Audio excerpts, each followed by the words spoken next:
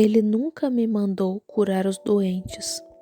Ele ordenou: ore pelos enfermos. Mas ele me disse: diga a eles, contando-lhes os segredos de seus corações, e as pessoas poderão crer. Vem, não é nada. Agora, esse é um dom divino. Então, a partir daí, isso começou. E vocês sabem o restante, como acontece. Agora, para a África, rapidamente. Assim, quando eu estava com o irmão Bosworth na plataforma uma noite em Houston, Texas, onde milhares estavam reunidos, Raymond Hickey veio aqui outra noite, olhou ao redor e disse: veja, não se parece muito com sua reunião, todos esses assentos vazios. Respondi: mas, irmão Hickey, Deus me enviou a Hammond. Ele disse: Billy, lamento sua falta com todo o meu coração. Eu respondi: tudo bem, ore por mim, irmão Hickey. E prossegui: eu falaria com você, mas são só alguns. Ele respondeu: entendo. Ele estava de pé no corredor e foi embora. E naquela noite, lá, um senhor muito clerical se levantou e publicou no jornal que eu era um impostor e que deveria ser expulso da cidade e que eu estava me passando por um cristão ou um homem de Deus. Ele declarou que eu deveria ser expulso da cidade e também disse que me desafiaria para um debate aberto. Alegou que eu não poderia provar nas Escrituras o que estava falando. Duvidava dos milagres de Cristo, que até mesmo Lázaro havia morrido novamente. Então ele lançou o desafio. O irmão Bosworth veio e disse: olha aqui, irmão Branham. Respondi: isso não me incomoda, irmão Bosworth. Paus e pedras podem quebrar meus ossos, mas palavras nunca me incomodam. Vem? Ele disse: bem, irmão Branham. O irmão Bosworth, com 70 e poucos anos de idade, tinha muito fogo e garra dentro de si. Ele insistiu: isso está errado e tem que ser resolvido. Respondi: não discutimos com as pessoas. Há milhares de pessoas lá para receberem oração, um grande coliseu lotado de gente. Expressei: meu Deus, qual é o sentido de discutir com um crítico lá? Deixe-o para lá enquanto o restante das pessoas está sendo curado. Deixe-o ir. Jesus disse: deixai-os. Ora, se um cego guiar outro cego, ambos cairão na cova. Eu lhes digo, não estou criticando os batistas, mas os batistas fundamentalmente sabem do que estão falando quando se trata da palavra, mas eles não sabem nada acerca do sobrenatural. E, meus irmãos, é aí que vocês estão perdendo a bênção. Vocês estão certos em suas palavras. Eu creio em vocês, concordo com vocês nas coisas em que vocês creem, posicionalmente em Cristo, que o crente ocupa seu lugar em Cristo pela fé e ele se torna um filho de Deus pela graça de Deus. Eu creio nisso e concordo com vocês, mas vocês se inclinaram demais para esse lado. Isaías disse: haverá um alto caminho e um caminho, e é uma conjunção, e um caminho.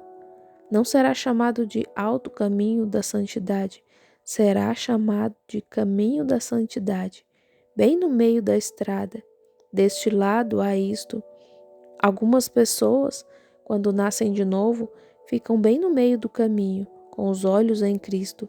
Finalmente chegam aqui com tanto conhecimento e sabedoria, até que, eles sabem tudo. Você não sabe nada. E se você não fizer isso, você se desvia para o outro lado, para um monte de fogo selvagem e fanatismo. Correto. Mas bem no centro do caminho há um evangelho verdadeiro, sólido, não adulterado e poder de Deus. Isso é certo. Bem ali, onde você pode levá-lo a reis e monarcas, onde qualquer pessoa pode se levantar e buscar, e eles podem ver o que é o poder do Deus Todo-Poderoso. Não fanatismo, nem uma formalidade, é o poder de Deus. E então, ali, nisso, o irmão Bossuord disse: deixe-me discutir isso com ele. No segundo dia ele saiu e disse que eu deveria ser expulso da cidade e que ele deveria ser o homem para fazer isso. Bem, para mim, se me permite a expressão, isso me mostrou que o homem ainda não tinha ido ao Calvário. Um cristão não toma essa atitude. Quando você nasce de novo, você ama seu irmão. Isso é certo. Assim, pelos seus frutos você os conhece. Então, eu deixei isso assim. O irmão Bossuord ainda assim não conseguia ficar satisfeito. Ele disse: deixe-me lidar com isso. Respondi: não cause confusão. Ele prometeu: irmão Branham, eu não vou causar confusão, mas devemos isso à sociedade dessa cidade, porque eles publicaram isso no jornal e os deixaram pensar que somos um bando de tolos e não sabemos do que estamos falando. Deixe-me desafiá-los. Pensei, isso é ser muito corajoso, como o velho Caleb de outrora. Deixe-me tomar aquela cidade. Vem? Fiquei admirado com o velho irmão. Olhei para trás por alguns minutos e disse: tudo bem, irmão Bossuord, se você me prometer que não vai causar confusão. Agora, ele está sentado aqui me ouvindo.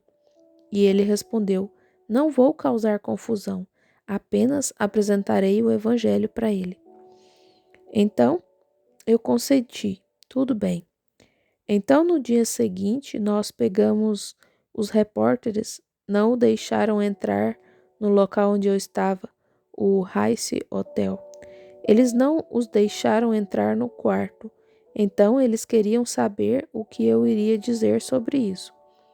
Mas então, no dia seguinte, as manchetes do jornal, a crônica de Houston, e por toda parte diziam: penas eclesiásticas vão voar. Vocês sabem como os jornais sempre têm que aumentar o assunto. Oh, como eu seria desafiado em um debate com o jovem Dr. Best, e o que ele ia fazer, e tudo isso. Então ele afirmou: eu vou.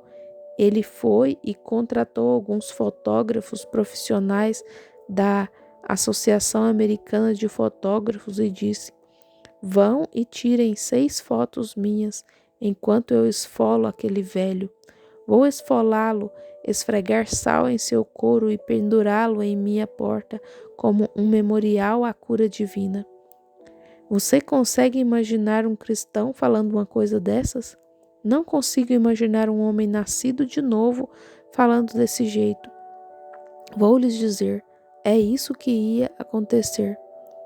Então, o Sr. Kipperman, que é um judeu ortodoxo, o Sr. Hayes, um católico romano, os 2 rapazes que trabalhavam no estúdio, eles vieram e o Sr. Hayes havia dito tudo sobre mim. Um tumor havia saído da garganta de uma mulher que esteve lá antes. Ele refutou. Ele a hipnotizou. E, meu Deus, como ele me criticou no jornal no dia anterior. Então, eu fui naquela noite e todos se reuniram ali. Milhares deles se reuniram e foi então que eu entendi o que significavam os amigos. Eles vieram do leste e do oeste, viajaram em aviões especiais, trens e tudo mais em meu socorro. Não fazia diferença então se você era da Igreja de Deus, da Assembleia ou quem você fosse. A verdade estava em jogo. Irmão, um dia, quando a perseguição vier, você verá a grande Igreja de Deus redimida se manter unida assim, pedra por pedra. Você esquecerá que é metodista, batista ou quem você seja quando a perseguição se levantar e o comunismo se estabelecer e a igreja de Deus se ajuntará pedra por pedra. Quando Salomão construiu o templo, uma pedra foi cortada desta forma, outra daquela, e tudo assim. Mas quando foram juntá-las, ela foi colocada junto com a outra, e isso formou a igreja do Deus vivo. Suas pequenas diferenças serão esquecidas então. Ali havia uma coisa em que todas as pessoas do Evangelho completo criam: cura divina. Eles viajaram cerca de 500 a 600 milhas, aproximadamente 800 a 900 quilômetros, em aviões e trens para vir. O que era isso?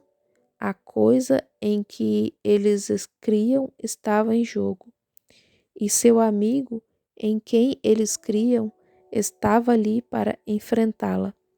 E ali estava, eles queriam vir para ver tudo aquilo, queriam ficar ao seu lado.